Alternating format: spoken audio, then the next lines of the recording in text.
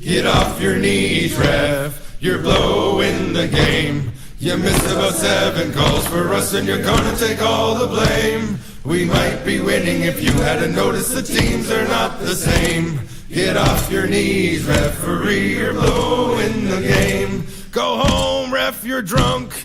I can't believe that call. If you keep letting them get away with this, there's gonna be a brawl. You'd think the home team would get some relief from the feller in black and white, but it seems to me that you're trying to be against us just for spite. Get off your knees, ref, you're blowing the game. You missed about 7 calls for us and you're gonna take all the blame. We might be winning if you hadn't noticed the teams are not the same. Get off your knees, referee, you're blowing the game. What's up, you hosers? Welcome to the Unlucky Puckheads podcast. My name is PA Jets Fan, and I am joined, as I always am, by my brother and partner in crime, CK. Hey, how's it going, everybody?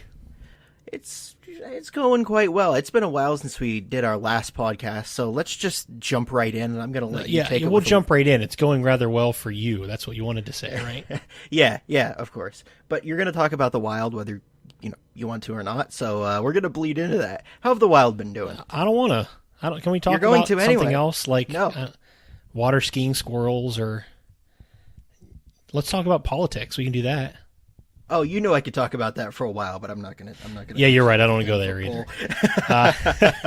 Now the Wild kind of did the slump that you'd expect the Wild usually to do. They're not playing terrible. There's a couple of games where they weren't skating. They didn't look like themselves for whatever reason it was. Who knows? But it's the Wild. It's some point in the year they do this for 10, 15 games.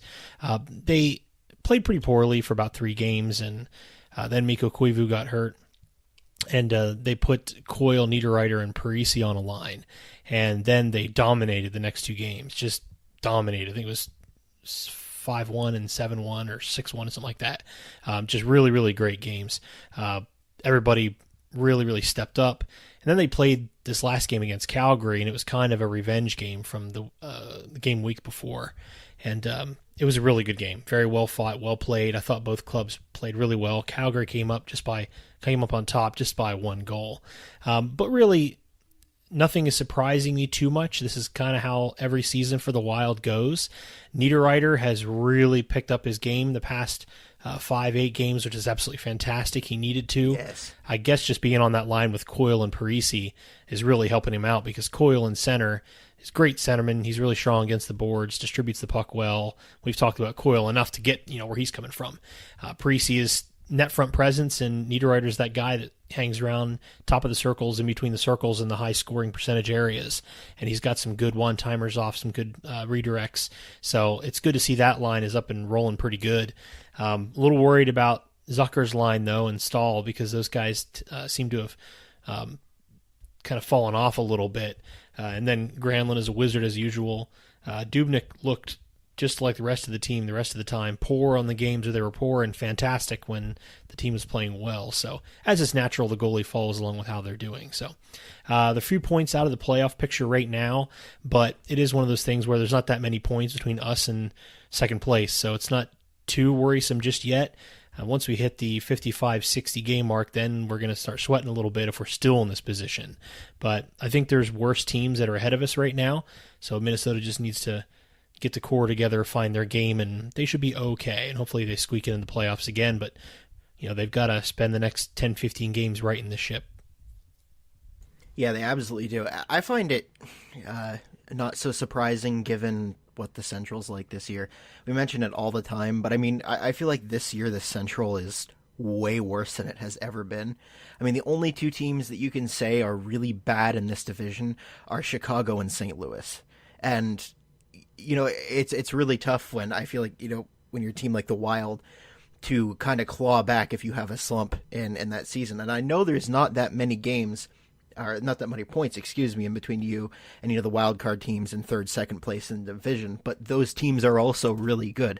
What do you think of the prospects of, say you fall behind by 5 or 6 points, and it's toward the end of the season? Do you think the Wild would be able to claw back from that? Absolutely not.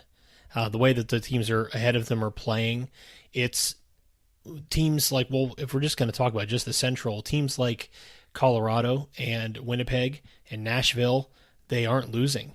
And it's just the way it is. It's almost like in order to keep pace, you can only lose, one game maybe every 4 or 5 at the very worst. So if there's only 10 games left and you're sitting 4, 5, 6 points out, you're not getting in, because those top teams, the Central Division is so used to being competitive, they're just going to claw to stay on top. Not just to get in, they're going to claw to stay there, because they know that if they don't claw every single game, the last 5, 10 games, then they might not make it, because chances are they're only going to be 4 or 5 points in the playoffs. So no, I don't think so. I think if we're getting close to about 6, 7 games left of the season, I don't know if the picture is going to change that awful much, besides maybe just the 2 wild card spots. Right, and I think that's where the the big fight's going to be, because, I mean, especially in the Central Division with Winnipeg, with Nashville, with Colorado, I feel like towards the end of the season they're going to be really locked in. So you got to worry about those wild card spots mostly, and that's going to be a tough fight. There's some teams over in the Pacific Division too that are trying to climb into that, but we still got a while to go before the decision's made. Oh yeah, no, nothing's really been determined yet. Obviously, nobody's even at 50. Or there's somebody at 50 points yet? I haven't looked in the past couple days, but if so, it's just. But it's kind of like just looking at the whole picture with the Minnesota Wild, since we kind of started with them. They have the capability, of course, but they still don't have. I mean, that's that one key player that every team needs. That's a finisher. They seem to have too many guys that are great puck distributors, and not enough that can finish the play. Parise will finish anything that drops in front of him between him and the goalie. I mean, he's reliable that way, but the type of guy who, can do that one-timer off the circle, or can, get in the middle and deflect a good puck, Niederreiter can do that every once in a while, and I guarantee you Granlund's going to get you the puck. But even players like Koivu or Eric Stahl or Zucker, they're getting these great feeds from guys like Granlund, Coyle, and they're missing the net by 2 feet. So we just don't have that sniper, that guy that can sit there. We don't have that Patrick Kane, but we don't have him. We don't have Laine. We don't have, the shots they're counting on going in off of one-timers are coming off a Dumba's stick. He's a freaking defenseman. Yeah, he's great, and I'm glad he's getting all these goals, but that should be a winger sitting there. A good sniper that can finish is the one who should be putting those pucks in, not our defensemen. Our defensemen should be falling back and doing their job and quarterbacking on the blue line. But it is what it is. So right now, hopefully we can just find some kind of groove, and guys like Stahl and those guys can start finishing some plays.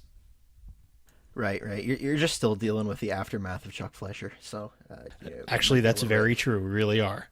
Should we bring that in right now? Because I thought it was hilarious. Yeah. Let's go into that right now. So Hackstall was fired today by Mr. Fletcher. Yep. This, of course, is a pun, but he was quoted today as saying, "Nobody can be as irresponsible and crappy as me. Nobody, I swear, so you're fired." I mean, Hackstall, of course, did he need to be fired? Yeah, probably, I guess. But for Fletcher to go in, I don't know if this is just a ballsy move on his point, or if Fletcher, if he just wants to do like a partial rebuild and start from the top, or maybe get the team fired up halfway through the season, I guess it's the right move. Hackstall, I don't think ever really did his best in Philly. But still, it was just really comedic to me to see Fletcher go into Philadelphia and then, within just a few moments fire the head coach. I just think if Philly doesn't start winning again, I think maybe Fletcher shouldn't unpack his bags. Right. I still don't really, after what happened with the Wild, like, if I was an owner, he's not really the first person I would go to be a GM.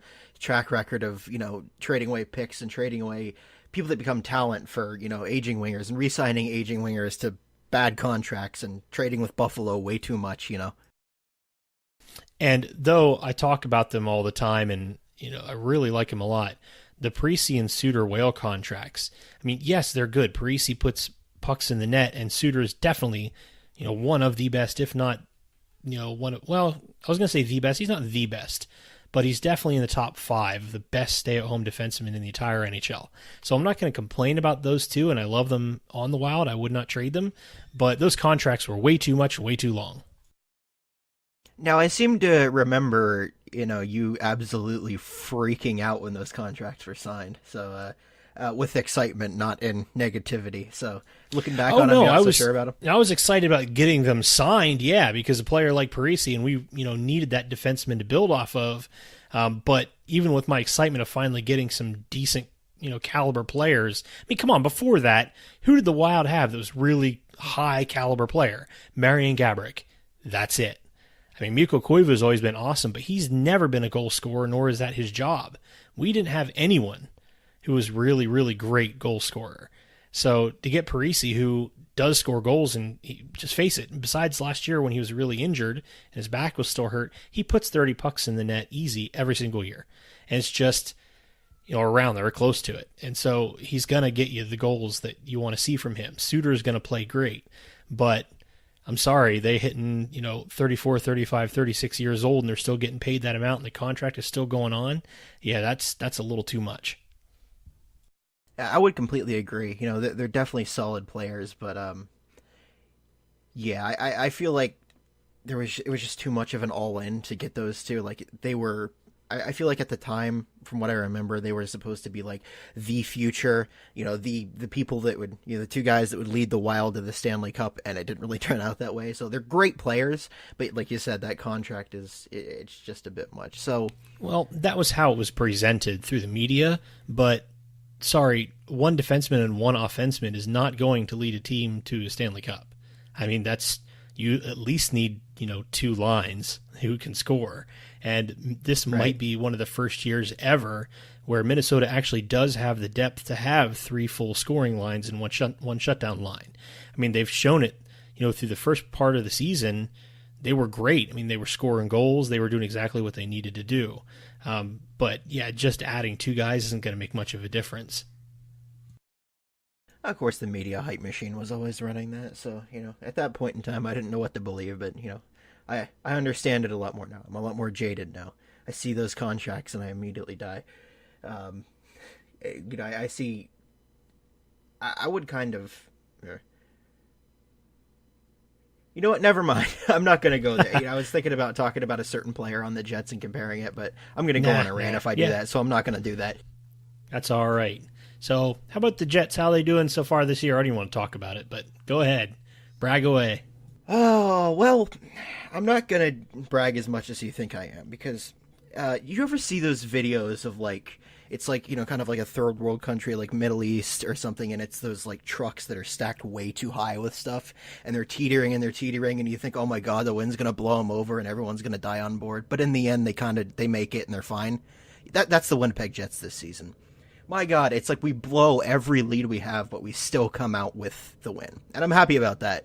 But at the same time, we're blowing nearly every lead we have. The last couple games, not the Tampa one, but the last few before there, we've given up some really, really bad goals, either in the second or third, that brings us into overtime. And I really don't like seeing that. That finish that we had from last year is gone. And I feel like it's mostly because the defensive core isn't as strong this year. There's a couple guys who are still getting everything figured out. Myers kind of had to readjust. He was awful up until recently, but he's getting better. And then we had all the injuries, so that obviously affects that. But I'm constantly worried looking at it. I'm happy for the wins, but I'm constantly worried looking at the team and thinking, this 3 or 4 goal lead isn't as safe as it would have been last year. We could very easily blow this, and it makes me nervous watching a lot of the games. But at the same time, man, we're scoring like crazy, like absolute nuts. Mark Scheifele had 11 points, or has 11 points in his last 4 games. 4 games and 11 points. Blake Wheeler is still a point machine. Kyle Connor is a point machine. Matthew Perreault's stepping up. We're really good on the goal scoring front. We just got to lock that down defensively. And I think overall for the Jets, everything's pretty much been par for the course otherwise. It's what you expect. There's no drama. The guys get out there. They do what they have to. The readjustments that need to have been made pretty much have been made. And, Winnipeg's good right now. And despite the, third period heart attacks I quite often have, I'm happy to see the success. And, man, I'm hoping it continues into the playoffs and we don't kind of, I don't want to call it a choke, but we don't fall out in the final Western Conference final like we did last year. Yeah, and watching the Jets, too, I will say that It is definitely it's defensive structure. I think you guys, I would call it maybe a line and a half of really reliable defensemen. And the Jets, of course, they really like to crash a lot, and I think two forwards tend to get caught a little too deep sometimes, especially later in the game. You play with a lot of speed, which is pretty cool for a team that's kind of as big as you guys are, because you guys do have some good hitters, some heavy guys, but the speed that you guys do have, especially along the wings, you like to play deep in the zone, and so that I think sometimes gets you caught, and you might leave a few, a little too many options coming back the other way.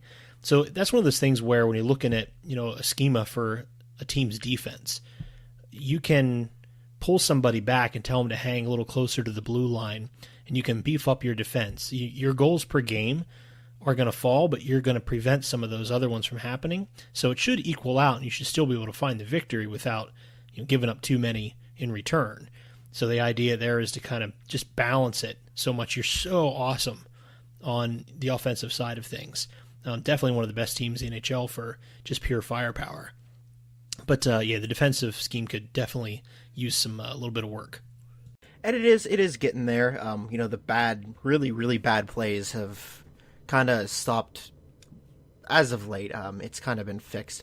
You can tell that a couple of the games that we lost that we really shouldn't have, and this is going back a couple weeks now.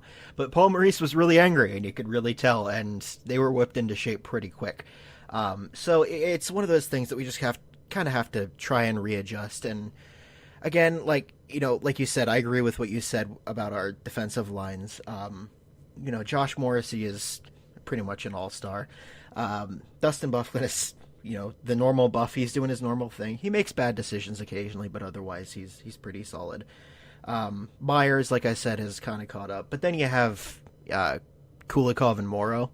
And if they get caught against, even like the opposing team's second line, third line, that can be bad. If there's a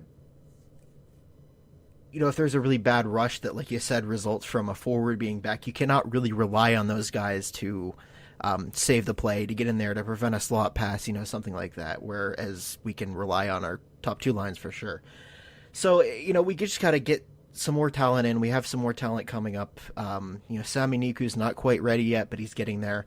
And I'm not really sure what's going on with Tucker Pullman, but I actually need to look into that. But he's coming up too. So we're looking good in the future. So right now it's just about kind of tying that together, plugging the holes, being a little bit more defensively minded with the forwards, who everybody but Laine has been pretty good with that. So we're coming together. It's definitely a team that I'm sure is going to make a good run at the Stanley Cup. And I think I texted you last night with my excitement after the Tampa game. Like, that was an incredible game. My heart will not survive a Stanley Cup final against the Tampa Bay Lightning. They're a wicked team. I mean, I think they've definitely got their groove back for sure. But, I mean, you guys kind of just traded blows back and forth that game, so it wasn't really a blowout. It was just who's going to pull out ahead on this one. Yeah. So yeah. I actually watched some of the highlights to it, but I didn't watch the abbreviated game, though. I need to do that if it was that good of a game. I've seen a couple articles on it, too, so it must have been exciting. Yeah, it looked like a playoff game, honestly. There was a lot of intensity from both teams. And it wasn't like, like when we play the Wild, how it gets super rough and super dirty. It was a very clean game all around. I think, like, really the only penalties were, like, bench minors. So it was just a pure skill hockey game, and it was, even if we had lost, I would have heralded that as the best game this year. It was really incredible. And like I said, that final, I kind of hope that happens, because that'll be amazing. But other than that, I mean, par for the course for the Jets. Not much has changed since the last time we cast. Really excited for the future, and we'll have to see what happens. All right, sounds good. So what's on the docket next? I believe we were discussing a little bit about the grade 8 and how he's been awesome again this year. So back-to-back hat tricks. He has 7 goals in 3 games, and I believe a lot of it is due to who he was paired with. He's paired with Backstrom now, I believe, and Backstrom's been setting him up like nuts. Those two work incredibly well together. But for Ovi, I feel like, wow, for his age, I mean, that is some incredible talent that he's retaining, and I don't know. It just amazes me that he can be as old as he is. He can be, kind of not at the end of his career, but nearing kind of the twilight years. He's getting close to it, and to still be producing like this, I mean, that is a just pure skill hockey player, and I love every second that I watch of that guy. He is a pleasure to watch, except when he's playing the Jets.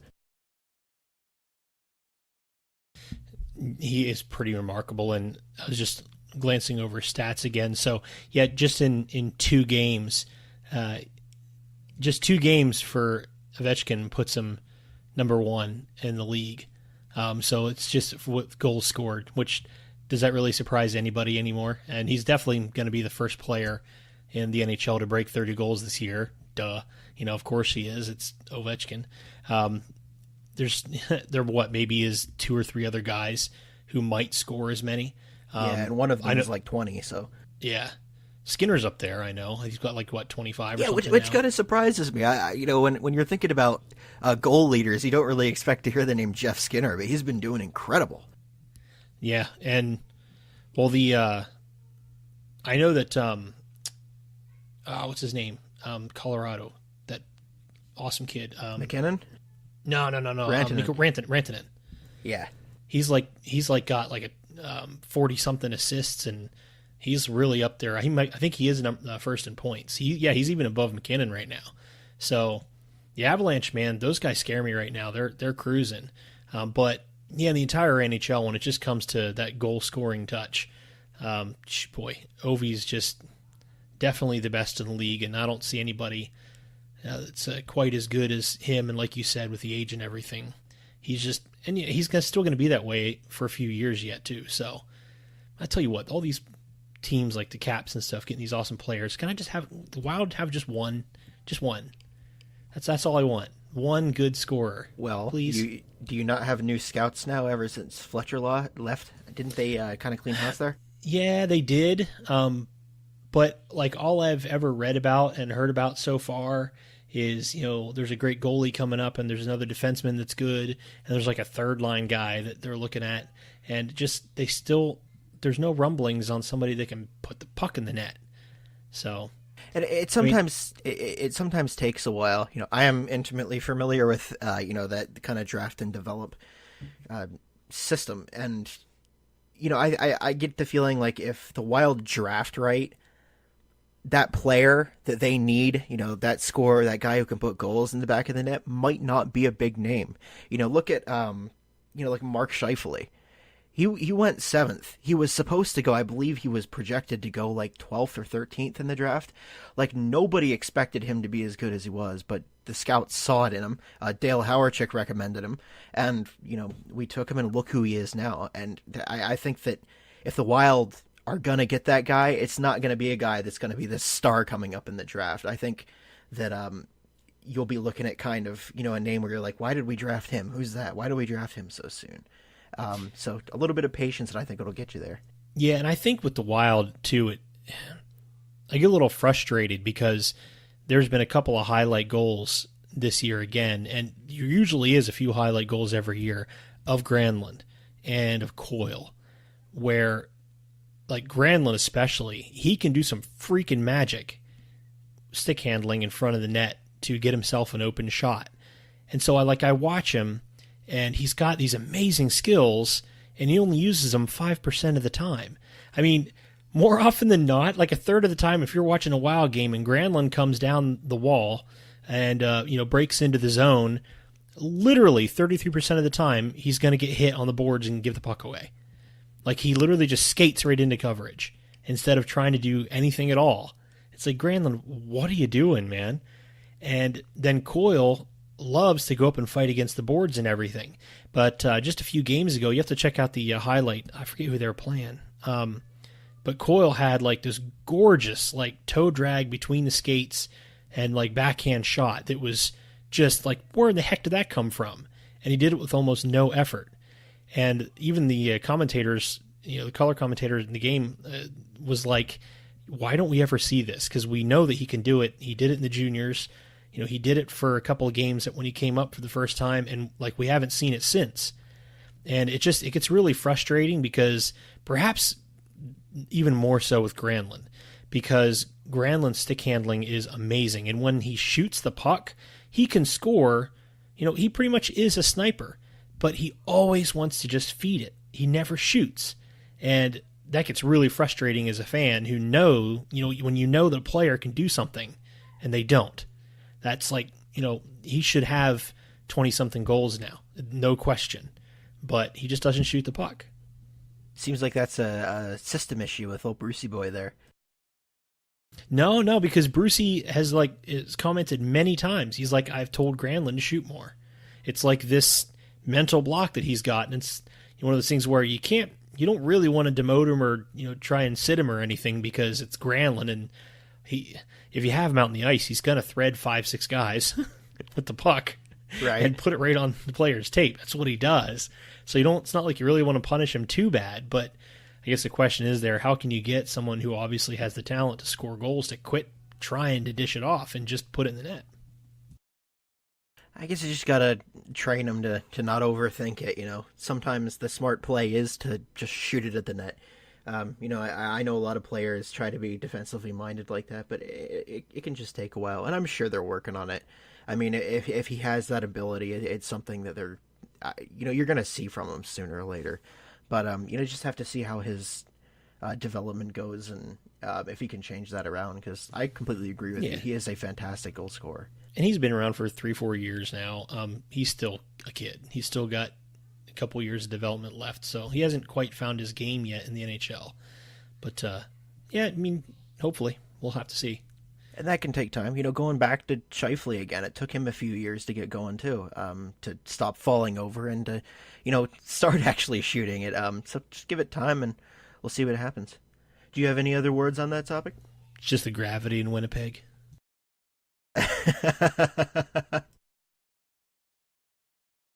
right, what's up next? I wanted to point out, this is just kind of like a funny little thing. Tampa's goal differential going into the last game against us was 42. It's 41 now, but I just wanted to point it out because that was funny. That's also insane. Plus 42 goal differential. Oh yeah, my I know, God. that's crazy. It's absolutely insane. The goal differential between they have. Who was it just talking about that last game? Might have been Wes Walls, but they were just commenting on. It was like a complete side comment because it wasn't even a team that they were discussing. It must have been during one of the intermission reports or something. They were talking about that, and they threw that stat out. And they're just like, that's ludicrous. That's just ludicrous. But, I mean, then you look at the guys who they've got shooting the puck, and of course they're going to bury it. I mean, how could they not? I think the Jets should be pretty close to that, too. We're getting there. It's just taking a little while. I mean, we get scored on a lot, so... yeah, that's the problem. Stop letting everybody else score, and you'll be up there, too. Yeah. It's just, defense is a bit shaky. Helly's a bit shaky. We'll get there, They've both improved since the beginning of the season, but I feel like by the end of the season, we'll be a lot closer to them. Sidebar, talking about the Central, Crawford's out again. I saw that. I didn't actually see the clip, but I saw that he hit his head off the post. Something happened with the net, I remember. That's what it looked like, but... Yep. Goodbye, Chicago, even more so than usual, which I'm sure you're just ecstatic about. Well, kind of, but I don't want him in the bottom 5. Get him out of the bottom 5. I don't want them getting the number 1 pick. It's only Jack Hughes this year. It's not a generational player or anything. It's not something that's going to immediately turn their fortunes around, and they still got those contracts. So, well, that is true. So I think you're safe. I don't think you have to worry about it too much. Chicago's going to be out for a little while.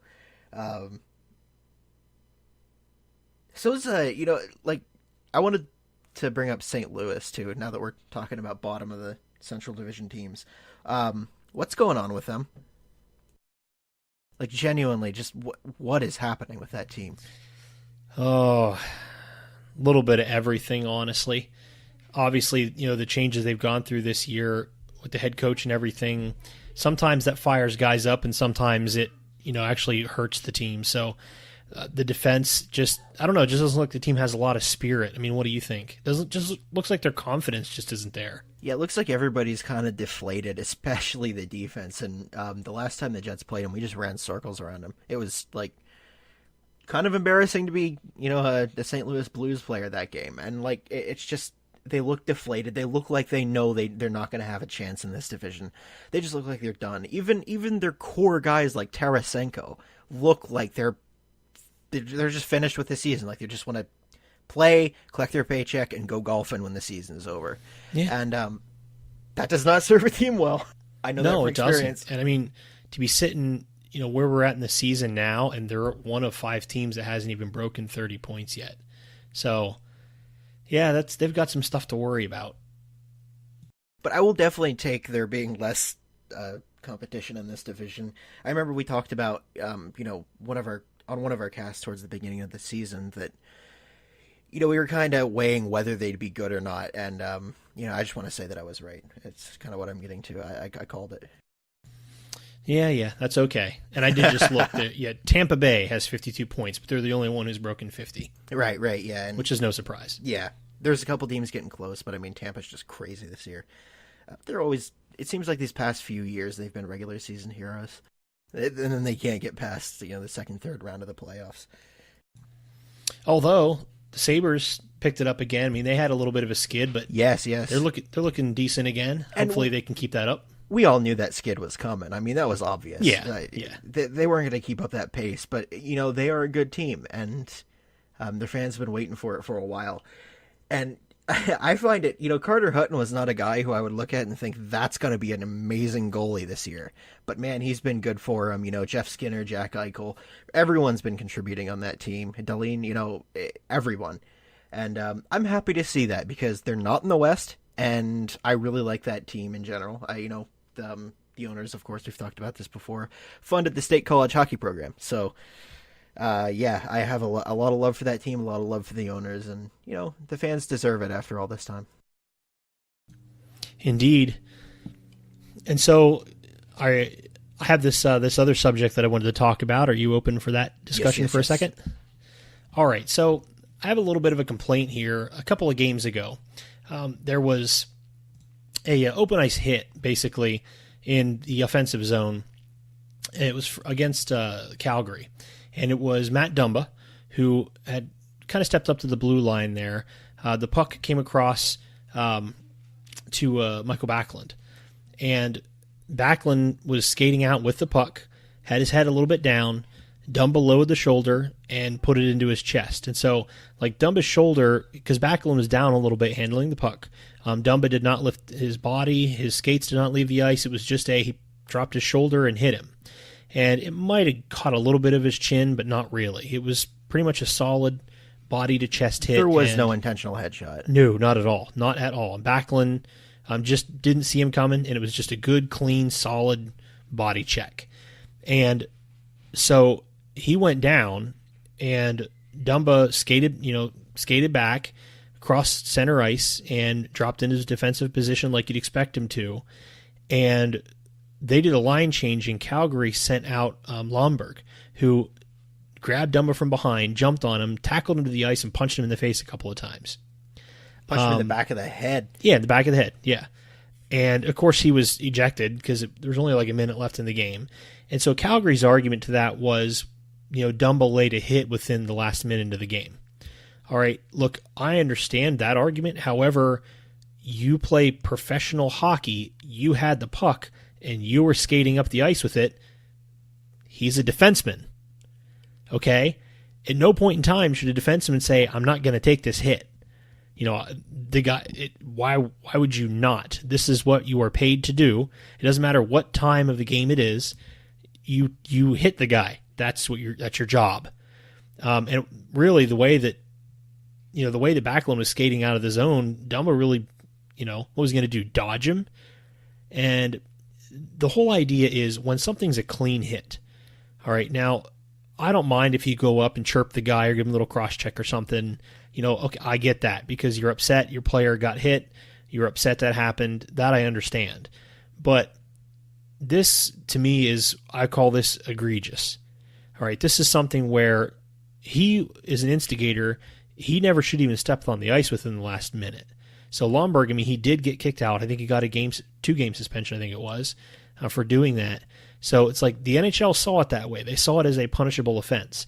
But as a head coach or as a team, that's something you shouldn't be doing. Retaliation after a clean hit, look, you guys are professionals. Yes, you want to defend your guys. Yes, you want to step up. But doing something absolutely dirty in return for something that was clean as a professional, I mean, I understand maybe it was just emotions got into the way, but even so, that's my autistic son, by the way. So if anyone's wondering, I just don't think that that's right. It's dirty. It's not right. And you're professionals. Conduct yourself like so. You go out and you cross-check Dumba. And, if you would have went up to Dumba and if he would have said, you want to go in the last minute, yeah, they'd have got misconducts and they'd have got fined for fighting. But Dumba would have dropped the gloves with you.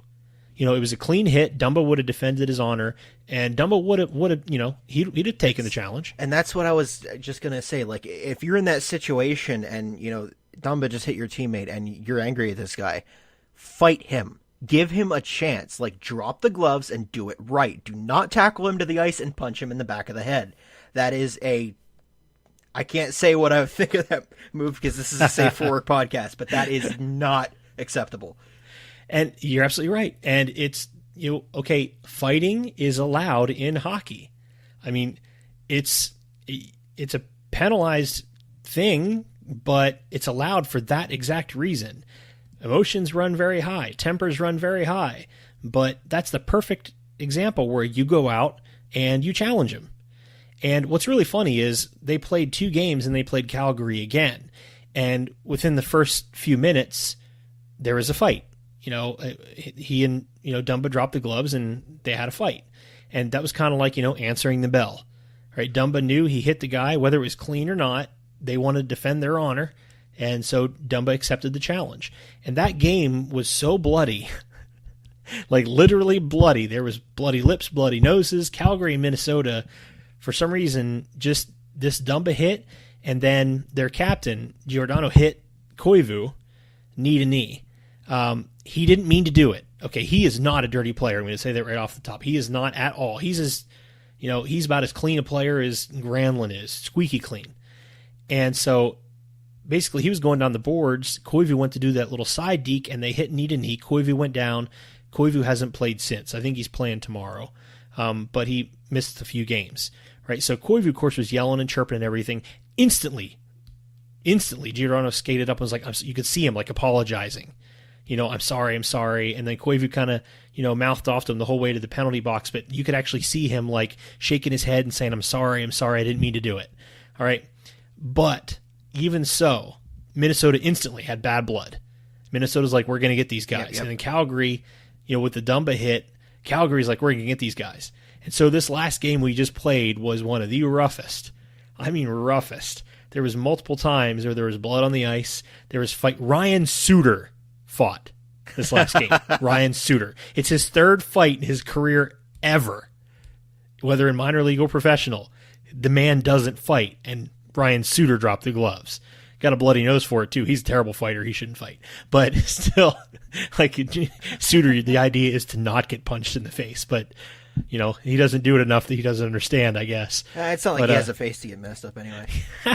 It's like a caveman type, so just makes him look prettier. And who was it? It was oh shoot, I forget who it was. Greenway. Greenway got clocked, and so he was bleeding from the mouth and the lip, and he went in the back to get fixed up. And I texted that to you, but they asked Boudreau, how he was doing, and he said, well, he wanted to play professional hockey. Now he just looks like a professional hockey player. So I don't know, that's pretty funny. That's a coach response right there. That's what I'd expect. Deal with it. Oh, speaking of Bruce Boudreau, this is kind of off topic, but I just wanted to bring this up because I thought it was hilarious when I saw it. I loved the article about him when the fire alarm went off in the hotel. Oh, yeah. He didn't feel like getting out of bed. I'll take my chances. Yeah. I just wanted to bring that up while I thought about it because that was pretty funny. Yeah, folks who are listening, if a fire alarm goes off in your building, even though if you know it's probably a hoax and it's probably a fan who knows that the opposing team is staying at the hotel, you still want to get out of the building or at least get into a safe place. Don't do what Boudreaux does. I don't know how you sleep. Like, he just stayed in his room. What did he do? He surely didn't sleep. I don't know. He might have. Raided the liquor cabinet. He might have. You're right. You know what? Boudreaux does look like the type of guy that could just go around. Yeah, right. Just go back to sleep again. Looks like he should just be standing on the bench coaching and go to sleep. That is true. But yeah, I wanted to bring up that story because that was funny. But they do that thing where they cut to him and he's like looking down at his play sheet and he looks like he's asleep because I guess the term for that is chubby eyes, and he just it's like, Bruce, wake up. Oh, okay, he's awake. Never mind. I couldn't tell. But yeah, I think that's pretty much all I wanted to cover today. Also, I wanted to say that there's a head coach opening with the Flyers. Now, I should have brought this up earlier, but I forgot. But my dream coaching situation there, I wanted to run this by you to see what you thought. Head coach Gritty, assistant coach Benjamin Franklin, and assistant coach Charlie from It's Always Sunny. Goalie coach Brizgalov. Yeah, exactly. But other than that, I Brilliant. think anything else you want to talk about? Good for today. Let's see what happens through the next week or so. Then we'll touch base again, see how things are going through the season for the Wild, see if they picked it up, see if the Jets' success continue, see if Chicago still sucks. Yay! Sorry, Chicago fans. You got to be used to me by now. But yeah, no, everything's going real well. It's an exciting season, I will say that. There's a lot of unexpecteds that has happened this year. Some expecteds for sure. Tampa Bay being where they are, Ovechkin being great. But just as equal as many surprises, and it's been a lot of fun so far. Hope they keep it up. I want to point out that just especially for goal scoring, this season has been ridiculous. There's so much talent in the league right now. I think this is the most a lot of goals this year. A lot of goals. This has got to be the most talented the league's ever been, just as a whole. There's so much, and I'm not counting the '80s, like modern. Since 2000, since this most recent major expansion. It's just been a pleasure to watch, and I'm looking forward to the second half of the season. But with that, we will see you guys next time. You can visit us at unluckypuckheads.com to see blog posts and get the episodes from us. You can follow us on Twitter at unluckypuckheads, or UPH Podcast, excuse me, and then Unlucky Puckheads on Facebook. This has been PA Jets Fan, joined by CK. Keep your stick on the ice, everybody. Keep your stick on the ice. We'll see you guys next time. Later.